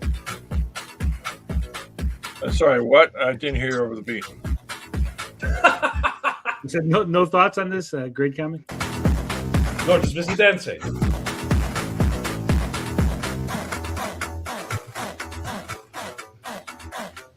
SubscribeHero.com, which is where we're at for all our Subscribe Hero needs. Very cool. Is there about? So there you go. Subscribe Hero about. The world's most wealthy philanthropist sponsored the creation of Humanity, an international science facility located on Mars. Humanity's breakthrough research has found the way to modify DNA to create an era of super beings. This has flipped the world's powers and social structures on its head once people become stronger than any modern weaponry. A dozen of the most ruthless warlords almost doomed the planet's future until a band of vigilantes stifled their efforts, marking the era of heroes. A social media app, Hero, was created to organize the vigilantes and combat the rampant villainy. Hero was regarded so highly that the number of subscribers a hero has become the standard to measure their worth. Hero grew in popularity with each new generation. However, this has made it harder to stand out. Unfortunately, the spirit of the app quickly became perverted by degenerates seeking attention and influence. They pushed the boundaries on what is acceptable and how they conduct themselves using the app. Those that couldn't keep up with the new meta either quit or turned to crime. So there you go. You got like half-naked heroes because they're like, hey, I can get more subscribers that way. That's an interesting premise. Wait a minute. Man, that sounds like YouTube. This is Liam's first comic book with Odie. I have no idea. What's that comic he did with the Greek artist? Xenotype? Xenotype. Yeah, this is Xenotype. No, I think it's a little different. No, it's Xenotype. I'm telling you, it's Xenotype. Everything you just said is Xenotype-ish. Maybe it's in the genre of Xenotype. No, the part where we said the guy's naked and all that stuff, that's Xenotype. No, I said half naked. See? Okay, yeah, okay, half naked. Let's mince words. You know, let's break. Look at the big titty snake lady and the other big titty snake lady. Is that in Xenotype? Yes. God damn you, George. Look at the characters. Easter, born on and raised on Mars. His body parts were replaced with mechanical limbs that excelled at speed and reflexes. Easter manages to escape Mars only to crash into an alien spaceship where an alien entity fused to his DNA, transforming him into a monster. Easter now resides on Earth, where he tries to integrate into a superhero society. Nanomachine, son. Do you think aliens would go to the trouble of combining their biology with alien biology? What? Oh, like the Kree? Marvel? Yeah. I just heard a bunch of hibbity-jibbity, George. I'm just telling you, from an alien point of view, they wouldn't bother. They just, kill, maim, steal, destroy. It's easier. I think aliens would do a lot of alien-y stuff. Look, they've been in space for a very long time, traveling between planets, between galaxies. And when they hit Earth, you think they're going to have the patience to sit around and say, hey, how's it going? Let's kumbaya. No, they want to take over the planet. They want a tall, cool drink of water. Aliens like to fuck too, says CJH. I agree. Aliens can be gay too. All right. Enough of that. Let's take a look at the DC Next Level. Are you excited to go to the next level with DC? Yes, I am. Okay, so something I learned real quick. Oh. I learned this the other day. Apparently, the DC logo is supposed to be a bullet looked at from the back. Oh. Okay, I get it now. I never knew that, though, honestly. No, I never knew that either. I was like, what? I was like, oh, yeah. So, yeah, that's like a... Do you know what the original DC logo was supposed to be? No. Just a fucking logo. Jeez.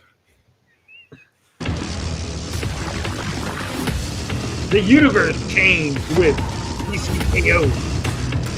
See, even DC doesn't have voiceover on their trailers, which is retarded. How does DC not have voiceover? Yeah, now DC is taking you to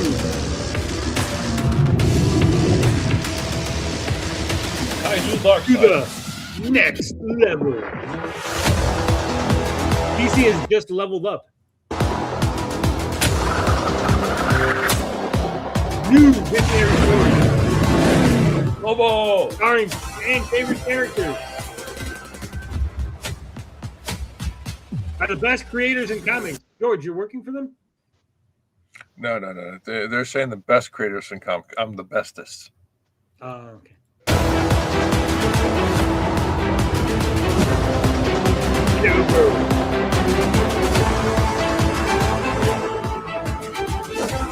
Batwoman. Is that what everyone's been looking forward to? More Batwoman comics? Yes, more lesbian action. Beefy's intrigued. I've got Lobo ordered too. Says, fuck Why yeah, is it, Batwoman. Why is it the women have what do you call a very thin, skimpy outfits, while the men are, Iron Man are armored up, and they're both fighting the same bad guys? Well, it's real simple, George. Would you like me to explain it to you? Yeah, you better, because I can't see a woman in a I'm going to tell you. I'm going to explain it to you. Real simple. It's real paper simple. thin outfit. It's real simple. Go okay? ahead. I'm a criminal. I'm a criminal man, and I'm doing crime. Doing crime. And then they go, hey, stop doing crime. And I look up, and it's a guy in an Iron Man suit, and I'm like, oh shit, I'm scared, and I stop doing crime. Right? Yeah. Now if they go, hey, stop doing crime, and I look up, and it's a lady that's half naked, and I stop doing crime because I got a boner and I got to cover my boner. Like, oh shit. And then she stops me. Wait, have you ever got a boner on the bus? It's really hard. So how does she stop the guy? Handcuffing? Because he's got a bus boner, and then he's covering his bus boner, and then she just punches him because his hands are not covering his face. The boner on the bus goes up and So I mean, wouldn't you say? So if some lady with her titties hanging out was like, "Excuse me, sir, do you want to be stealing?" Wouldn't you be like, "Whatever you say, lady"? All right, I can see that. But what about surviving in harsh environments like deep under the sea or in space? That's the risk they take. Yep. At that point, they're screwed. That's why they're heroes, George, because a normal woman would be fully dressed in proper clothes, but a hero wears what she needs to in order to stop crime.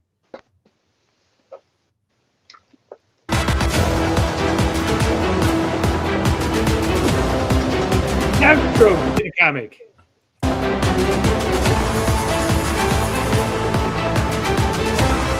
Is Deathstroke a hero now? Is that what you're saying? Anti-hero. More like that, yeah. The second act of the Halloween. Not gonna wait. Spearheaded by Scott Snyder and Joshua Williams. Firestorm. Yuri of Firestorm. Yeah.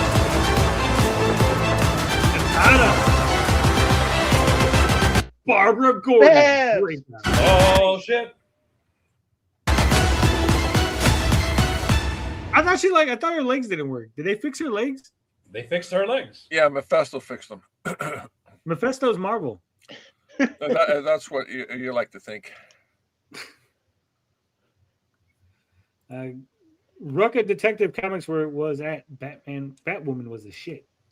I've never read Batwoman, so I gotta take your word. DC Next Level. New series beginning March 2026. That's now. That's today. Technically. WrestleMania. That's not what I wanted. WrestleMania. Yeah, because I clicked AJ to Styles. pause the video and it had already stopped, and there was a click this to the next video. Legs were been fixed for like a decade, but I don't fucking read DC Comics. Who fixed her legs? Beefy?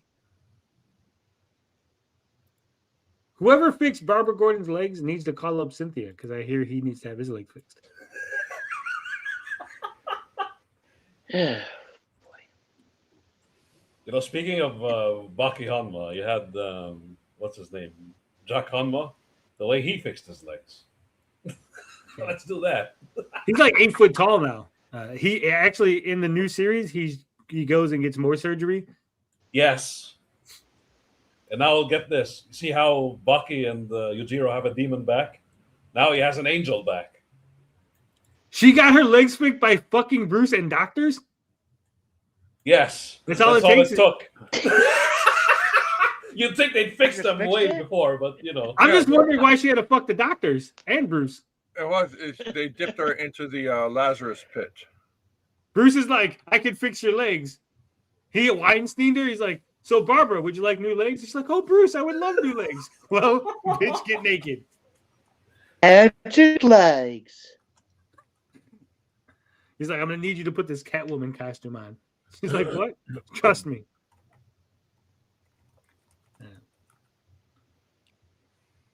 Lieutenant Barbara, you got new legs. All right. We didn't get to go over this yesterday because obviously I took the day off. Something came up last minute, and so had to not stream. So we got to go over these real quick before we end the show. But 5 days ago, I asked, should I make scripted and edited videos?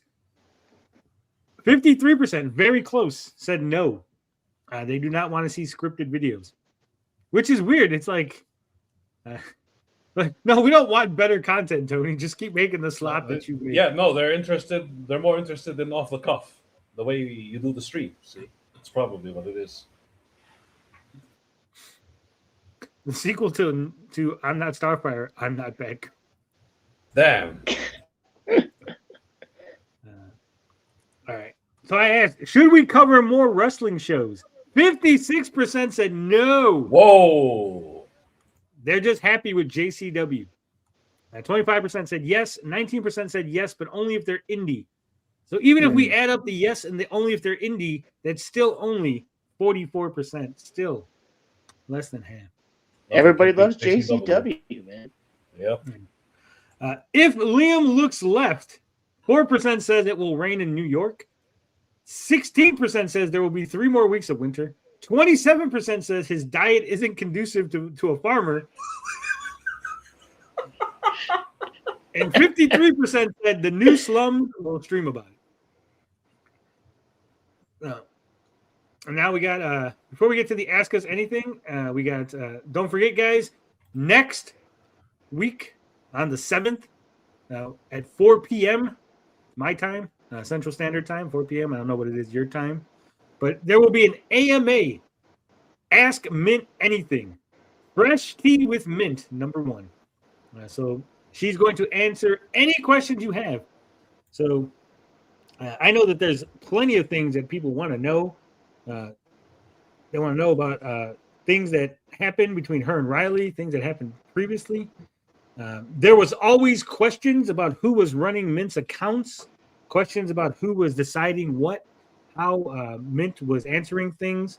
Was Riley really in charge of all of Mint's social media interactions? You can ask all those questions next week. Is this the Mint redemption arc? Could be.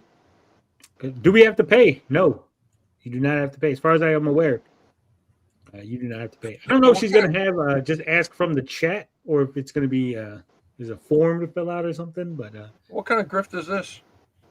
Is there going to be a in service upgrade to pay while the show's going?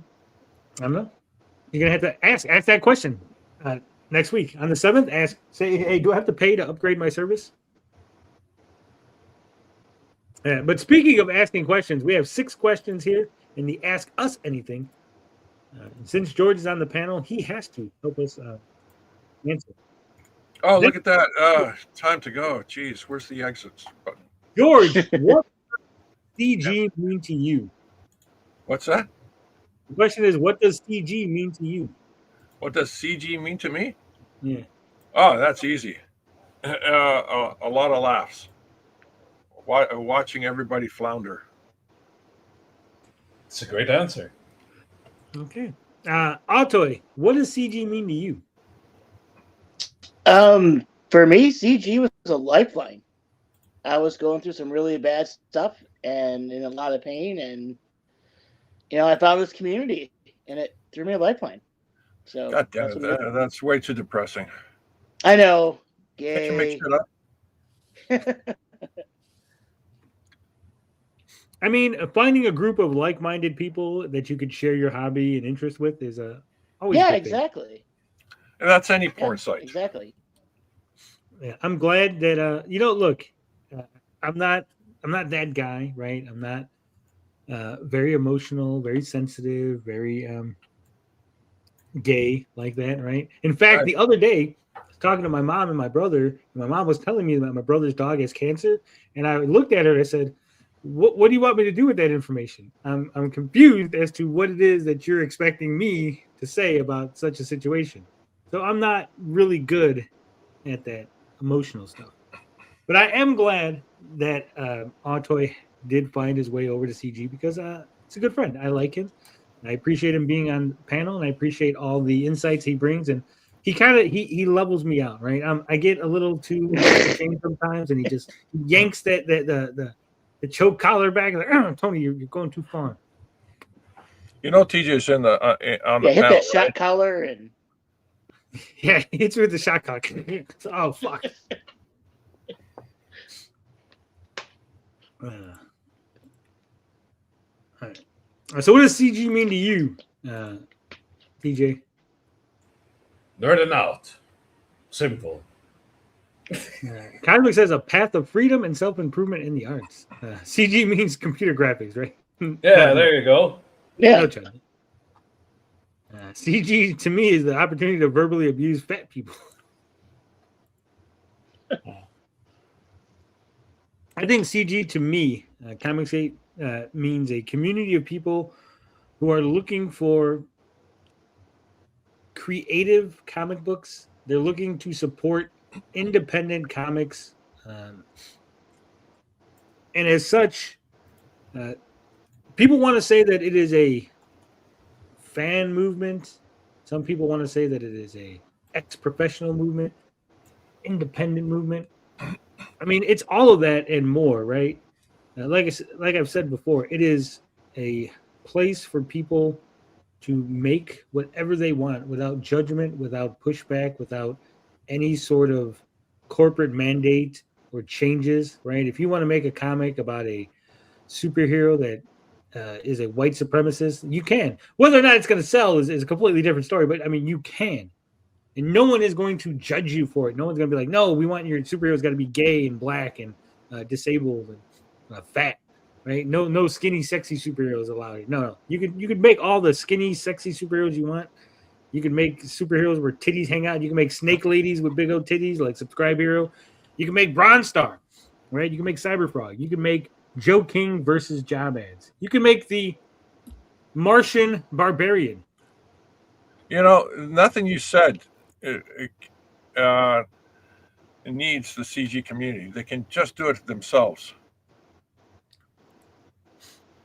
Yeah, you don't need the CG community, but you want it. Because, like I said, it is a place that is going to support you. It is a place that is going to appreciate you. It is a place that George is going to get kicked off a panel every once in a while.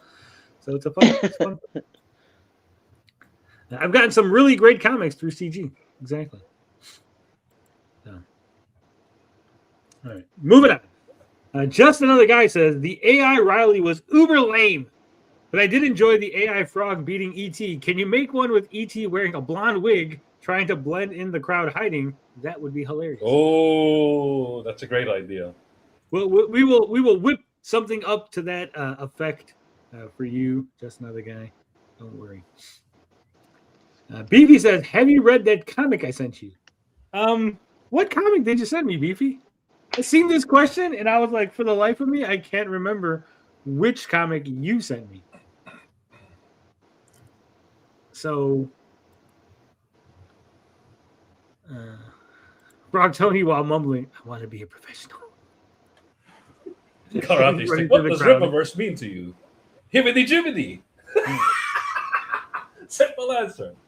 So Beefy, if you're still here, let me know which comic it was. Seasons that has art with no, it hasn't come yet. If you said it, it's not here. If you expect me to buy it, I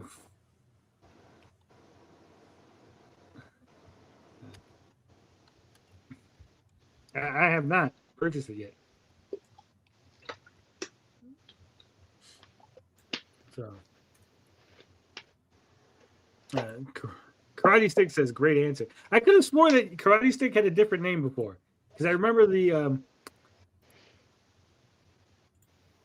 I remember the Avatar too. Yeah. It says Cosmic says, Pokemon Australia Edition. Professor Leem asks, which Stada do you choose, mate? Grass Steel Cassowary, Fire Fighting Thylacine, or a Water Poison Scorpionfish? TJ, which one are you picking? Oh, Cassowary, hands down. Those things are savage. Fuck yeah, man. They're dinosaurs. You're also going for the Cassowary? Hell yeah, man. Those birds are badass. Yeah. What are you picking, George? I have no idea what you're talking about. Fantastic. Good answer. Here's the thing. Like, my first instinct would be to go for the Fire-Fighting Thylacine, right? The Tasmanian tiger. But because it's Pokemon, I know that, like, Fire type and is probably not going to be very useful at the beginning, because usually the first gym is like a rock. So Water Poison Scorpionfish. Is this Fuck, Marry, Kill? Yeah, it's Fuck, Marry, Kill. Bird, tiger, or fish, George? Oh. Don't tell that to the weebs. Damn. You know how they are. They goon over Pokemon.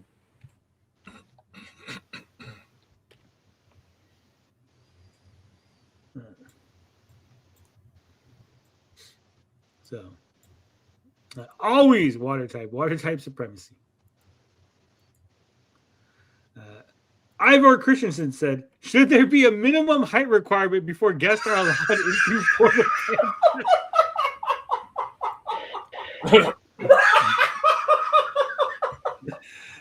I don't know if there should be a height requirement, but if you're under 5 foot, you should definitely get the child discount, right?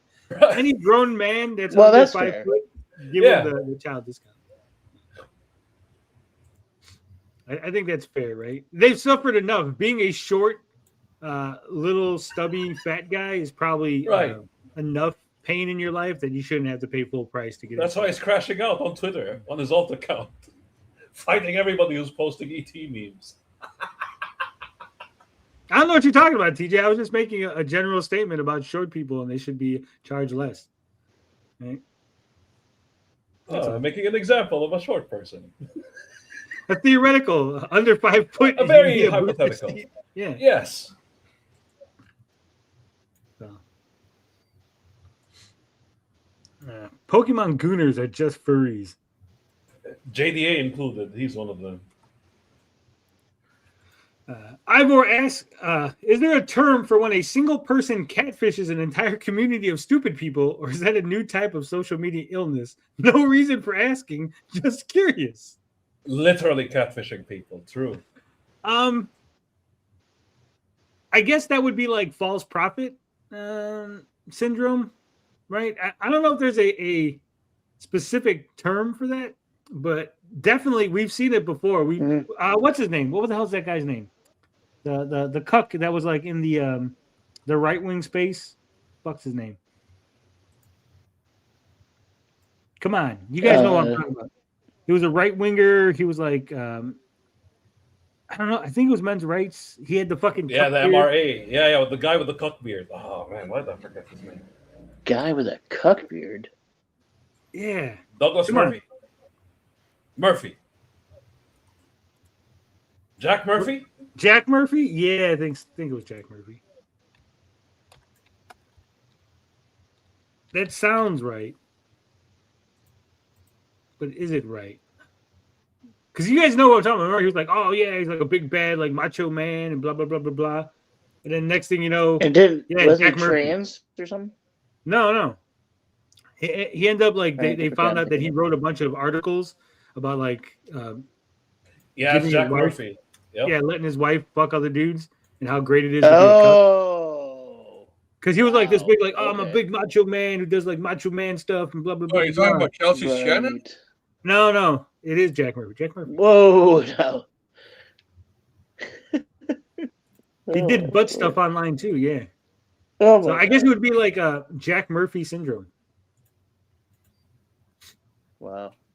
So yeah, there is a term, Jack Murphyism. So Yeah, he didn't have JMS.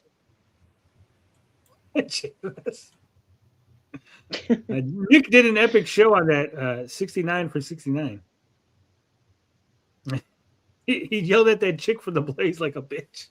Yeah, he was like, "Why are you bringing this shit up?" Like as if it's her fault, even though it was just people asking in the chat. No, she brought it up too. I think she had it planned. Because it was his fall from grace. Like he was on top of the world, and then next to that interview, gone. What a joke! Not to be confused with John Michael Straczynski. That's right. Morpheus asked, "How come E.T. became Yoda?" I think because they're both short. It's just a natural Both have progression. short legs. Yeah. Anyone with short legs will get the treatment. The Hugh Whether Hopkins it be is the E.T., clown from Yoda, hell. Peter Dinklage. What's his name had a really good image. Stray Beans put up a really good image. Let me see if I can get it up. Just don't mess with Hornswoggle. Hornswoggle's cool. Hornswoggle is pretty cool, but Yeah, we don't mess with Hornswoggle. All right, we're good.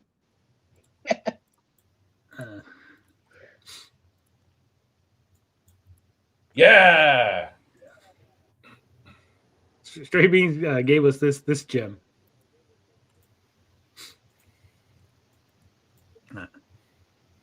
$2 super sticker. Look at that. Eric Winberg hitting us. Where's it at? We've just received word from our truck that you've received a super sticker. Let me guess, Eric Winberg with the Shiba Inu, baby! Shiba Inu baby knocking us out. He's that's accurate. If you see it's accurate. Why disrespect Violator like that?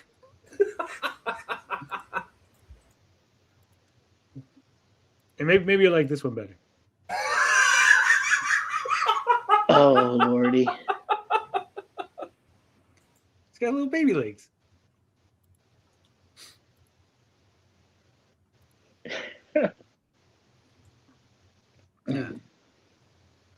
Gentlemen, 44 of you watching, you're getting the preview. Tomorrow, we're going to expose somebody. I was given the pictures, private images of Cynthia. We know what he looks like. We know what his baby legs are. We know what the lack of neck is. So we know where all the yelling comes from, where all the impotent rage comes from. Now refresh the question, Sonny. We got one more. We're gonna get one more question in there, and then we're gonna call it a night. All right. What? Morpheus asks, why are you playing with the potential of doxing a certain Gojo avatar individual it is? Very dangerous fire, Tony. The phone screensaver and the AIs were funny, but you better not do it, bud, or I have to disavow and unsupport. I'm not playing with anything. It's very simple. It's very simple, Morpheus. It's very, very simple. Private DMs were shared. My private DMs were shared by Cynthia publicly. Pictures in those DMs, I sent a picture to someone in those DMs. That picture was shared. That private picture was shared publicly. So clearly, Cynthia has no problem with people being sent images and then sharing them out, right? Cynthia also said that he had no problem with public information being used to show and highlight things. And all the images that I'm going to show tomorrow were posted publicly at some point. And so those are all public information. So tomorrow we're going to expose Cynthia. We're going to let you guys in on the, we're going to pull the curtain back and you're going to find out where all this rage comes from, where all this yelling and screaming, because he's a big guy, right? He's a big man who's going to slap you on sight. He said, not the D pic, Broken D. It was just a regular picture that I sent Dalish when I was. I said, here's what I look like, so you know what I look like. And they thought it was a good idea to show that. And so, because of that, we'll have it. But also, what was I saying before TJ went off? Yeah. So all that shit is public information. We're going to be showing it tomorrow. I'm going to let you guys in on a little secret. If Cynthia is going to slap me on sight, he might need to bring a step ladder with him. Okay. I've heard that it might not be real, Tony. Well, Morpheus, let me give you a little secret. Ray actually asked Cynthia. She said, "Hey, are these pictures you?" And he said, "Yes." He has confirmed that they are in fact his images. And he's very, very upset that we have them. So this is why he's crashing out on Twitter. Yeah. So they are his pictures. They have been confirmed to be his pictures. They are 100% real. There is no doubt. That's it. That's the way it is. It's over. So we go. One more question. Because he said, how many teeth does it take to get to the center of the apple? How many teeth does a normal person have? How many teeth? Teeth? Is it 32? 32.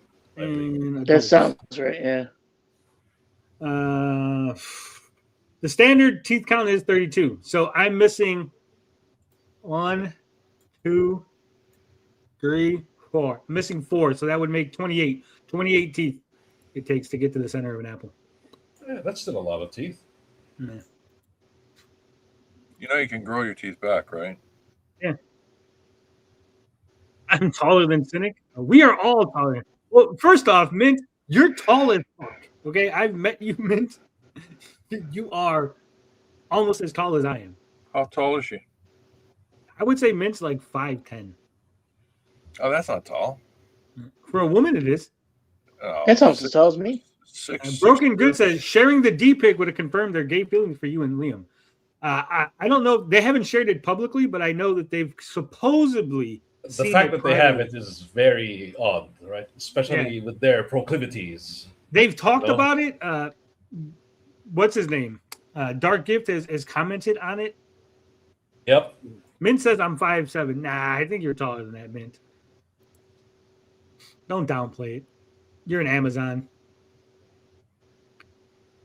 But yeah, tomorrow we're going to go ahead and let you guys know. We're gonna expose it. We're gonna have some laughs. We're gonna have some fun tomorrow. It's gonna be a nice stream. So we'll hopefully you'll all be there. You all tell your friends, and they'll tell 2 friends, and they'll tell 2 friends, and so on and so forth. But anyway, we'll be back tomorrow. Love, peace, booty grease. We out this bitch.